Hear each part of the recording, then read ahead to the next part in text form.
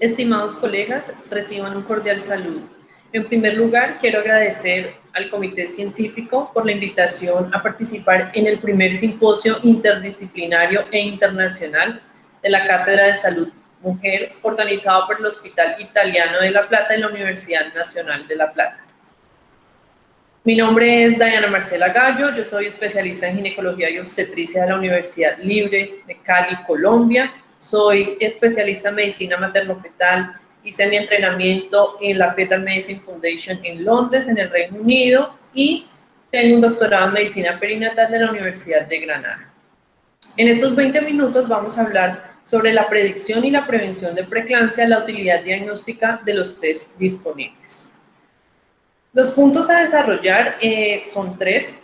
En primer lugar, vamos a hablar cuál es la práctica clínica actual, cuáles son los elementos actuales en la predicción de preeclampsia y qué intervenciones son efectivas para la prevención de preeclampsia, como la aspirina. Para iniciar, tenemos que en algunos países de Latinoamérica, como Colombia, Argentina, Chile, utilizamos el tamizaje o la predicción de preeclampsia basados en factores de riesgo. Estas son las guías NICE, las guías del Reino Unido, que por ejemplo en Colombia son adaptadas y son las que utilizamos actualmente para el tamizaje y en muchos países de Latinoamérica. Estas guías están basadas en unos factores de riesgo que identificamos en la primera consulta prenatal y se han dividido en factores de alto riesgo y factores de riesgo moderado. Dentro de los factores de alto riesgo tenemos el antecedente de un trastorno hipertensivo en un embarazo previo, la enfermedad renal crónica, alguna patología autoinmune como un lupus eritematoso sistémico, un síndrome anticuerpo antifosfolípido, diabetes tipo 1, hipertensión arterial crónica. Y entre los factores de riesgo moderado tenemos la primiparidad, la gestante mayor o igual a 40 años, un periodo intergenésico prolongado mayor a 10 años, un índice de masa corporal mayor a 35 o el antecedente familiar de preeclampsia. Si nosotros tenemos un factor de riesgo alto o mayor o 2 factores de riesgo moderado, esta paciente sería candidata a recibir una intervención como lo es la aspirina. Pero al utilizar estos factores de riesgo, nosotros hicimos un estudio que fue publicado en el American Journal en el 2015 y queríamos ver qué tan buenos son estos factores de riesgo para la predicción de preeclampsia. Se incluyeron 123,000 embarazos únicos y vemos cómo la tasa de detección para preeclampsia temprana es alrededor del 40%, con una tasa de falsos positivos del 11%. Y para preeclampsia total, es decir, temprana y tardía, no alcanza a llegar al 40%. Por lo tanto, realmente hacer solo tamizaje basados en los factores de riesgo, pues nos va a dar una tasa de detección que cuando es muy buena, es cerca al 40% y realmente no es efectiva para poder identificar todos los casos o todas las pacientes que van a desarrollar preeclampsia.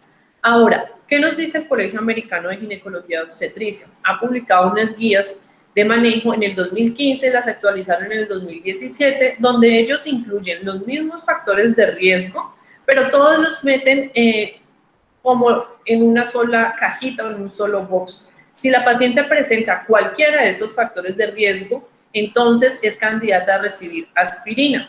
Si incluimos todos estos factores de riesgo, entonces vamos a aumentar la tasa de detección, porque ya va a ser cualquiera de estos que sean positivos, hasta un 90%, pero vemos cómo la tasa de falsos positivos se nos va a incrementar hasta un 67%. Es decir, que no es un buen método de tamizaje con una tasa de falsos positivos tan alta. En el 2017 se hizo una modificación de estos factores de riesgo para tratar de disminuir esa tasa de falsos positivos tan alta y también lo dividieron como factores de alto riesgo, moderado o bajo riesgo. Si la paciente tiene uno o más factores de alto riesgo, entonces se le recomienda la ingesta de aspirina durante todo el embarazo. Si la paciente presenta más de un factor de riesgo moderado, entonces también se sugiere la administración o considerar la administración de bajas dosis de aspirina, y si la paciente tiene un embarazo de bajo riesgo, pues no recomendaríamos el uso de la aspirina.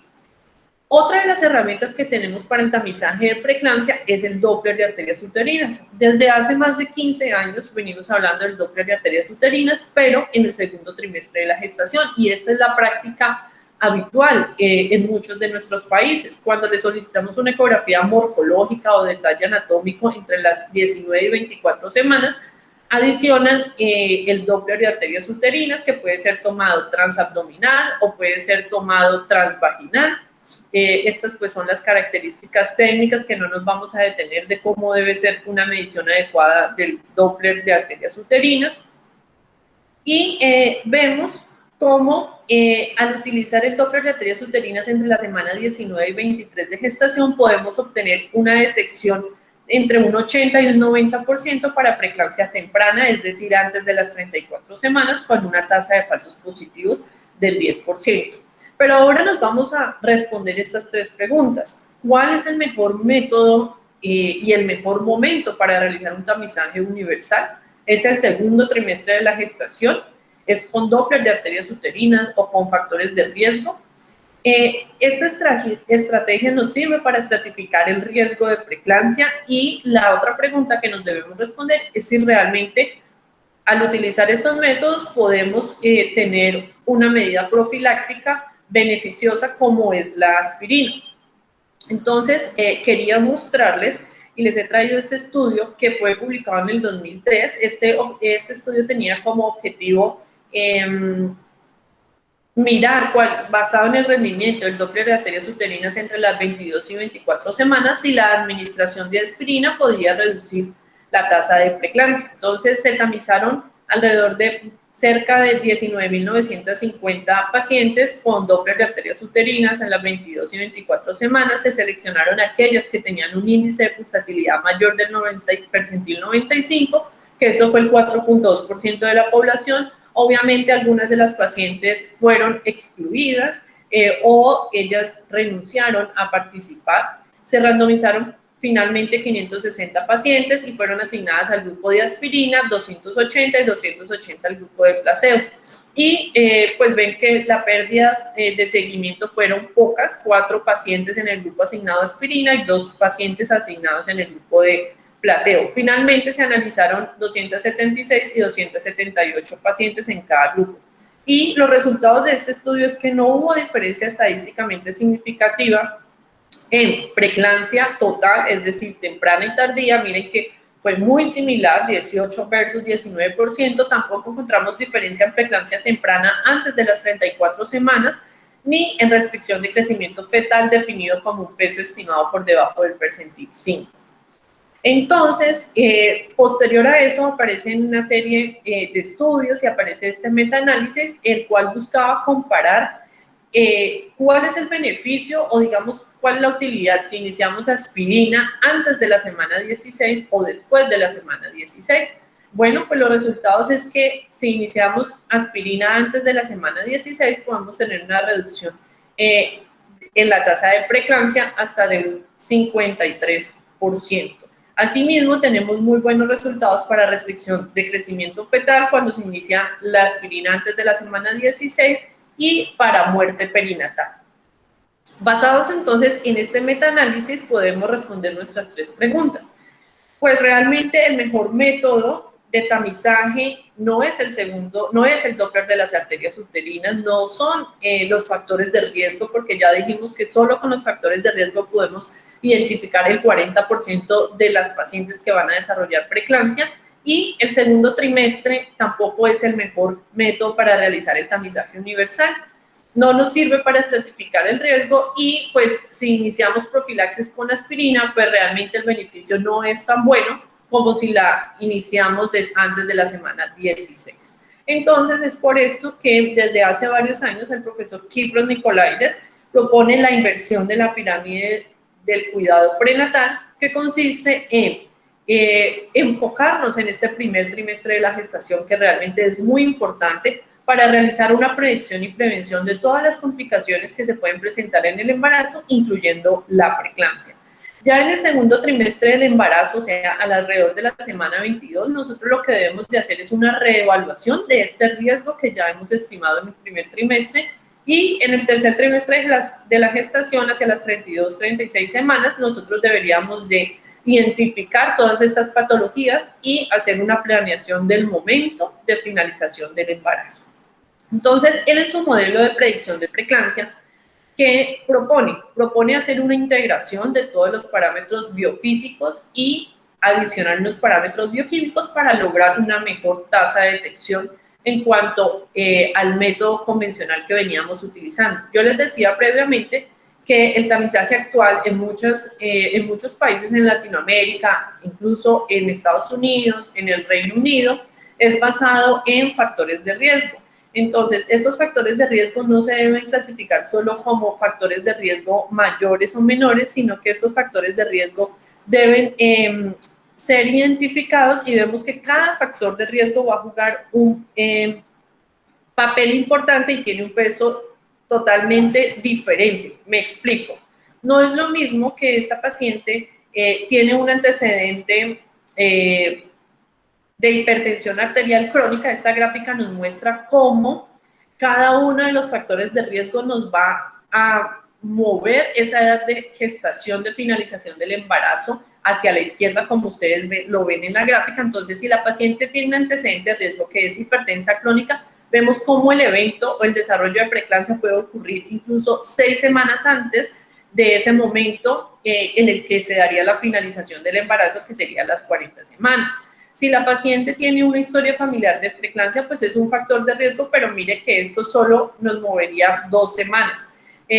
Si la paciente tiene una diabetes tipo 1, también tiene un impacto importante, el lupus eritematoso sistémico. Pero si es una paciente por encima de los 30 años, pues es un factor de riesgo que debemos considerar, pero no tiene el mismo peso a la hora de meter todos estos factores de riesgo en un algoritmo que lo vamos a ver más adelante. Entonces, en resumen de esta gráfica, vemos cómo los factores que tiene la paciente como una patología de base, ya sea hipertensión arterial crónica, diabetes tipo 1 o lupus eritematoso sistémico, son los 3 factores de riesgo, las 3 patologías que juegan un papel importante y que tienen un mayor riesgo en estas pacientes o la hacen de mayor riesgo de desarrollar preeclampsia.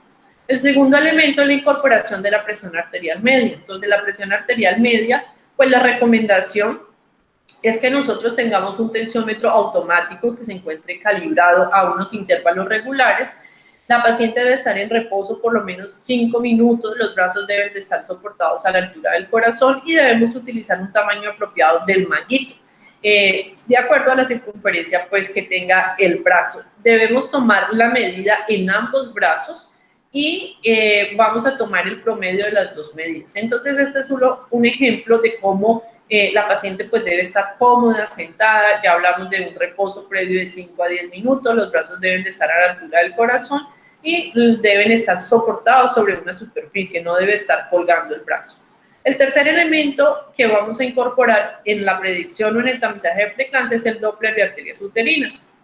El Doppler de arterias uterinas, entonces, ya hablábamos previamente que convencionalmente se hace en el segundo trimestre de la gestación. La idea es realizarlo en el primer trimestre de la gestación. Se puede hacer vía transabdominal o se puede hacer vía transvaginal. Si se hace vía transabdominal, entonces vamos a obtener una sección sagital del cérvix. Vamos a utilizar el Doppler color. Aquí tenemos en esta imagen la vejiga, este sería el cérvix y vemos cómo debemos de hacer una rotación del transductor hacia el lado derecho y hacia el lado izquierdo para identificar las arterias uterinas, obviamente teniendo en cuenta su relación con el orificio cervical interno.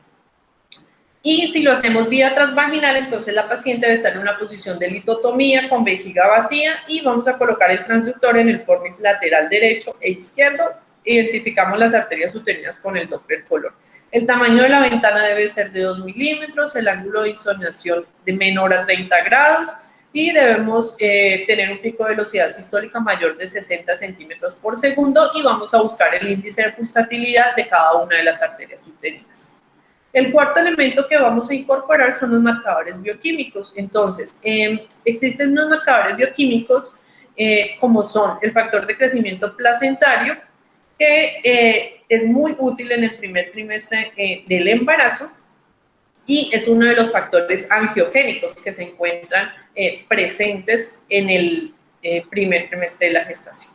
Entonces, cuando hacemos esa medición sérica de ese marcador bioquímico, que es el factor de crecimiento placentario, y lo combinamos con todo lo que les había mencionado previamente, es decir, identificar los factores de riesgo, tomar la presión arterial media en ambos brazos y sacar el promedio, la medición del índice de pulsatilidad del Doppler de la arteria uterina y el factor de crecimiento placentario, todo lo metemos en un algoritmo o en una calculadora. Esto está disponible en la página de la Fetal Medicine Foundation y allí podemos incorporar los datos e inmediatamente nos va a calcular el riesgo de esa paciente de desarrollar preeclampsia. Entonces, cuando metemos estos 4 elementos y los juntamos, vemos cómo la tasa de detección para preeclampsia temprana antes de las 34 semanas es cerca del 90%, con una tasa de falsos positivos del 10%, muy superior a lo que teníamos previamente solo utilizando factores de riesgo que les hablaba que era del 40%, pues vemos cómo se duplica, incluso un poco más, la tasa de detección. Para preeclampsia, digamos, antes de las 37 semanas, la tasa de detección alcanza un 75%, y ya para preeclampsia tardía realmente no es muy bueno, es aproximadamente un 40%, o sea, muy similar a utilizar solo los factores de riesgo. Entonces, algo muy importante y un mensaje para que ustedes lleven a sus casas o queden con él y lo incorporen en su práctica clínica, es que el tamizaje combinado de preeclampsia es una buena herramienta para la detección temprana de preeclampsia. Antes de las 37 semanas nos puede dar una tasa de detección del 75% y preeclampsia antes de las 34 semanas 90%. Entonces, en esta gráfica les quiero resumir cómo lo que está en azul son las guías NICE, que son las del Royal College y las que utilizamos en muchos países en Latinoamérica. Estas son las guías del Colegio Americano de Ginecología y Obstetricia, y lo que está en morado es el rendimiento de la combinación de estos 4 elementos: factores de riesgo mediante la historia clínica, la toma de la tensión arterial media, el Doppler de arterias uterinas y el factor de crecimiento placentario. Entonces vemos cómo al hacer la comparación para preeclampsia antes de la semana 34 de gestación, si utilizamos la combinación de todos los marcadores bioquímicos y biofísicos, podemos tener una tasa de detección del 90% comparado con 40-47%, que era lo que habíamos visto en estudios previos, utilizando solo los factores de riesgo. Para preeclampsia antes de las 37 semanas, un 82% comparado con 41%, y para preeclampsia tardía, es decir, después de la semana 17, un 44% comparado con un 26%. O sea, realmente el tamizaje combinado es mucho más efectivo que utilizar solo los factores de riesgo identificados en la primera consulta. Ahora, ¿por qué queremos nosotros predecir qué pacientes van a desarrollar preeclampsia o qué pacientes están en alto riesgo de desarrollar preeclampsia? Pues porque queremos buscar si hay una medida efectiva para prevenirla. Hasta la fecha, los únicos 2 fármacos que han mostrado evidencia que son beneficiosos y nos pudieran ayudar a la prevención de preeclampsia es el uso de la aspirina y el calcio.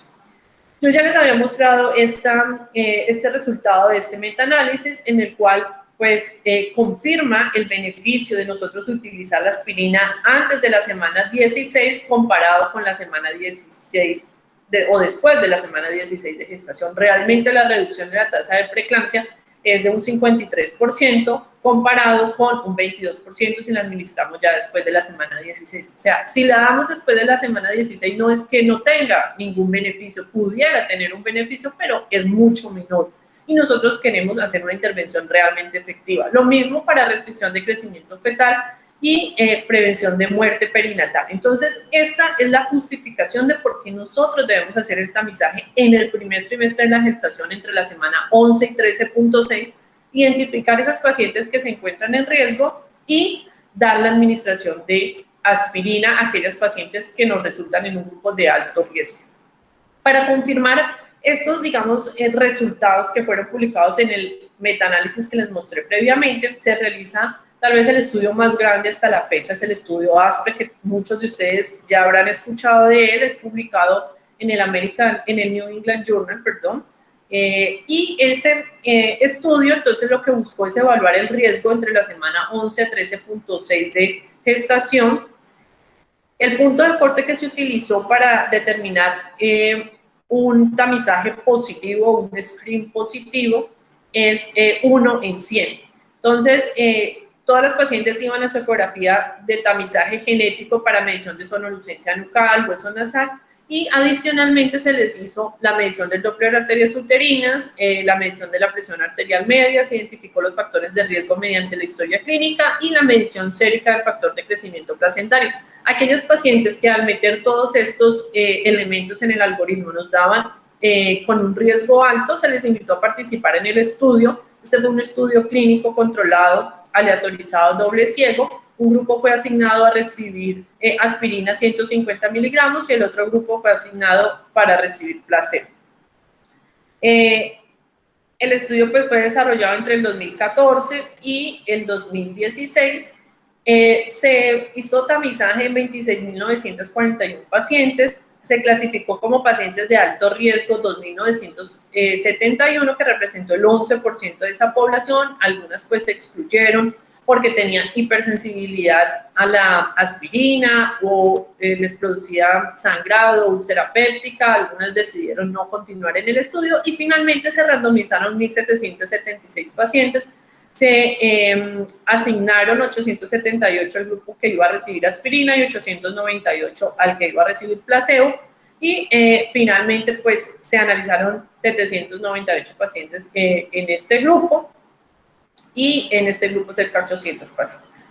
Vemos cómo la adherencia al fármaco o al medicamento fue muy buena. El 86% de las pacientes tomaron más del 80%, y esto se considera que cuando está por encima del 85%, pues es una buena adherencia. Entonces podemos decir que realmente las pacientes tuvieron toleraron el medicamento y se adhirieron fácilmente. Dentro de los resultados, entonces, pues se analizaron finalmente las 798 pacientes en el grupo de aspirina y 822 en el grupo que recibió placebo. Esto fue un estudio multicéntrico, fue desarrollado en España, en Bélgica, Grecia, en Inglaterra y en Italia, y aquí tenemos los resultados. Vemos cómo con la administración de aspirina tuvimos una prevención en la tasa de preeclampsia de un 62% para preeclampsia antes de la semana 37 de gestación, un 82% para preeclampsia antes de las 34 semanas y 89% para preeclampsia antes de las 32 semanas. Realmente no hubo beneficio en la preeclampsia tardía, es decir, aquella que aparece después de la semana 37 de gestación, pero sí para la preeclampsia que aparece antes de la semana 37 de gestación. En este metaanálisis, entonces, vemos nuevamente lo que nos había confirmado el estudio ASPRE, que hay una reducción del riesgo para preeclampsia antes de las 27 semanas, pero realmente no hay un beneficio en la preeclampsia tardía o después de la semana 37 de gestación. Ahora, ¿qué sucede con respecto a la dosis de la aspirina y a la edad gestacional a la cual debemos iniciarle? Pues ustedes pueden ver, ya habíamos dicho, el beneficio o la reducción del riesgo de hasta un 38% en preeclampsia pretérmino antes de las 37 semanas, y cuando comparamos la administración antes de la semana 16 y comparamos la dosis, si es menor de 100 miligramos o mayor de 100 miligramos, vemos que realmente hay un beneficio mucho mayor en las pacientes que le administramos una dosis superior a 100 miligramos que si administramos una dosis de 81 miligramos o menor a 100, como recomiendan algunas guías de manejo. Entonces, la dosis por encima de 100 miligramos y antes de la semana 16 de gestación es más beneficiosa que la administración de una dosis menor a 100 miligramos. Entonces, ya para terminar, vemos cómo después de que nos ha mostrado la evidencia este estudio ASPRE del beneficio de la aspirina desde el primer trimestre de la gestación basado en un tamizaje, la Federación Internacional de Ginecología y Obstetricia, FIGO, nos emite unas recomendaciones en uno de los statements, y es que el tamizaje para preeclampsia lo deberíamos aplicar entre la semana 11 y 13.6. Aquellas pacientes que salen con un tamizaje positivo de alto riesgo, deberíamos recomendar administración de aspirina después de la semana 16, antes de la semana 16 a una dosis mayor de 100 miligramos día y preferiblemente en las noches. ¿Desde cuándo? Desde el momento en que hacemos el tamizaje. Si lo hicimos a las 11 semanas, o lo hicimos a las 12 o a las 13 semanas, en ese momento debe iniciar la dosis de aspirina hasta la semana 36 de gestación o hasta que inicie su trabajo de parto. ¿Cómo lo deberíamos hacer? Entonces, utilizando este tamizaje o este método combinado con factores de riesgo maternos, Doppler de arterias uterinas, el índice de pulsatilidad, presión arterial media y la medición del factor de crecimiento placentario sérico entre la semana 11 y 13.6. Para concluir, entonces, los 3 mensajes que quiero que ustedes queden y lleven a su casa, o los mensajes de esta charla, son: el tamizaje combinado, factores de riesgo, presión arterial media, índice de pulsatividad de las arterias uterinas y el factor de crecimiento placentario, es el mejor método hasta la fecha para la predicción de preeclampsia. Es superior a solo utilizar factores de riesgo maternos y es superior a utilizar el Doppler de arterias uterinas de una forma individual. Es decir, debemos unir todos estos marcadores biofísicos y bioquímicos para mejorar la tasa de predicción. La evidencia que hasta la fecha nos ha mostrado que es una intervención efectiva en la prevención de preeclampsia es el uso de la aspirina y del calcio en poblaciones que tienen una baja ingesta de calcio. Los estudios de validación y costo-efectividad de estos modelos de tamizajes pues deben ser realizados en países en vía de desarrollo. Son necesarios, debemos validar estos algoritmos que han sido realizados y han sido implementados en países desarrollados con una población diferente. Entonces nosotros en Latinoamérica deberíamos validar estos algoritmos y mirar costo-efectividad si lo pudiéramos implementar y pudieran ser parte de una política de salud pública. Muchísimas gracias por la atención.